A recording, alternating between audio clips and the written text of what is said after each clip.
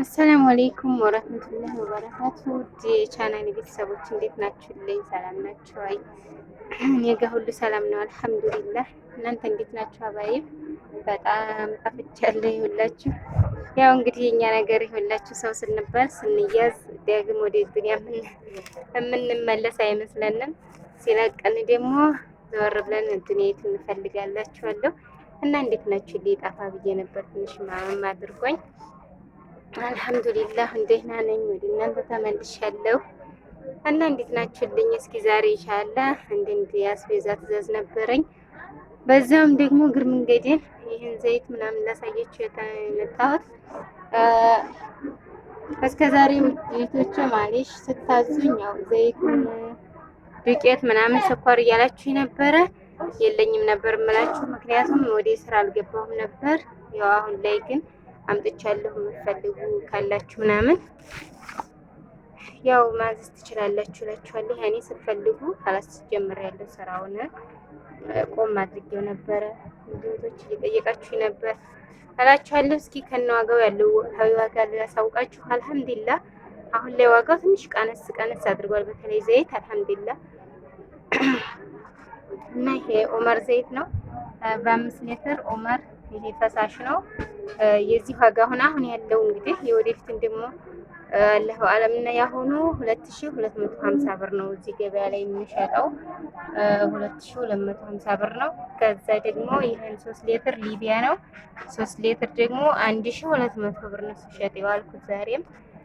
እንደዚሁ ደግሞ 5 ሊትር 1850 ብር ነው ዋጋው ማለት ነው። ከዚህ 20 ሊትር አለ። 20 ሊትር ደግሞ ሰው እንዲያውቁም ነው። 20 ሊትር የሚፈልግ ካለ ደግሞ 20 ሊትር አሁን ላይ ያለው ዋጋ 6700 ብር ነው። 6750 እንዲያመጣጡ ነው እንግዲህ ገበያ። አንዳንድ ጊዜ በጣም የሚጫናችሁ ሰዎች ይኖራሉ። አንዳንድ ጊዜ ደግሞ አልሐምዱሊላህ ገራ ያሉ ሰው ታገኛላችሁ። እና ዋጋው እስከዚህ ነው ከ6750 እስከ 6700 ማለት ነው።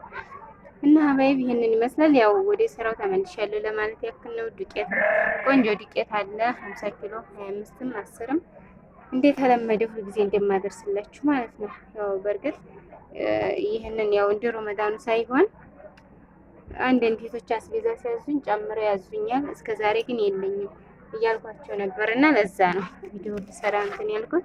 ከዛ የታችን አስቤዛ ደግሞ የዛሬው ማሻአላ ቆንጆ ጤፍ ነው፣ ግን ካሜራ ከለሩን እየቀየረብኝ ነው። ሰርገኛ ጤፍ በአካል እዚህ ከምታዩት በጣም የሚያምር ነው ማሻአላ። ግን ቪዲዮ ላይ እንግዲህ በአብዛኛው ትክክል ቪዲዮ አንዳንድ ጊዜ ነው እንጂ አይመጣም እላችኋለሁ። ጤፍ 80 ጣሳ ጤፍ ገዝቼላታለሁ። ይሄ 40 ጣሳ ነው፣ ይሄኛው ደግሞ 40 ጣሳ ነው ማለት ነው። 80 ጣሳ በጣም ቆንጆ ነው ማሻአላ። ይታያችኋል ብዬ አስባለሁ። በጣም አሪፍ ጤፍ ለእንጀራ ለቤት ሰርገኛ ጤፍ የሚባለው ነው አሪፉ ለእንጀራ ማለት ነው። ይሄ ጤፍ በጣም ቆንጆ ነው። ያኔ በአካል ግን ብታዩት አሪፍ ነበረ። አለኩል ያህል 5 ጣሳ ሩዝ ገዝቼላታለሁ። የአንድ ጣሳ ዋጋ 200 ብር ነው። ግን እዚህ ተሳስቼ ጤፍ ማለት ነው አንድ ጣሳ በ140 ሂሳብ 71 ጣሳ ተገዝቶላታል። ከዛ 9 ጣሳ ደግሞ በ130 ተገኘ። በአጠቃላይ 80 ጣሳ ተገዝቶላታል። ለማንኛውም አሁን ማሽላ ትንሽ ጨመር፣ ጤፍ ደግሞ ባለበት ነው። ያው በፊት 150 ነበር፣ 10 ብር ምናምን ቀንሷል። እንደ ሁኔታ ነው። ቅዳሜ ሲቀንስ ቅዳሜ ይጨምራል። እንግዲህ እኔ ቀይ ተልባብ ላይ ነበረ። ቀዩ በጣም ሲወቅጡት ይጠቁራል እና ሰርገኛ ቀልቀል ያደረገውን ገዝቼላታለሁ። የዚህ ዋጋ አንድ ጣሳ 600 ብር ማለት ነው።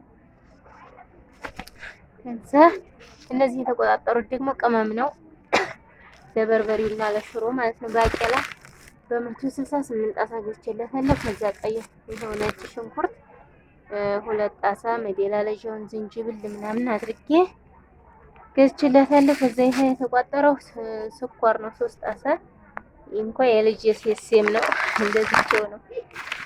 እና በርበሬ ይሄን በ880 ሂሳብ 29000 20 ብር ቀንሱልኝ። ይህንንም ገዝቼላታለሁ አስቤዛዋን። ከዛ የልብስ ማጠቢያ ኦሞ 5 ኪሎ በ2000 ብር ገዝቼላታለሁ። 2050 ብር ነው።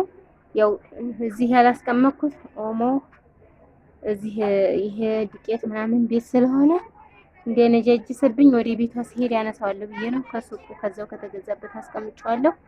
እና ማሻአላ ይሄንን ይመስላል ገበያዋ። እንግዲህ የኔንም ደግሞ እያሳየኋችሁ ነው። የምትፈልጉትን ታዙኝ።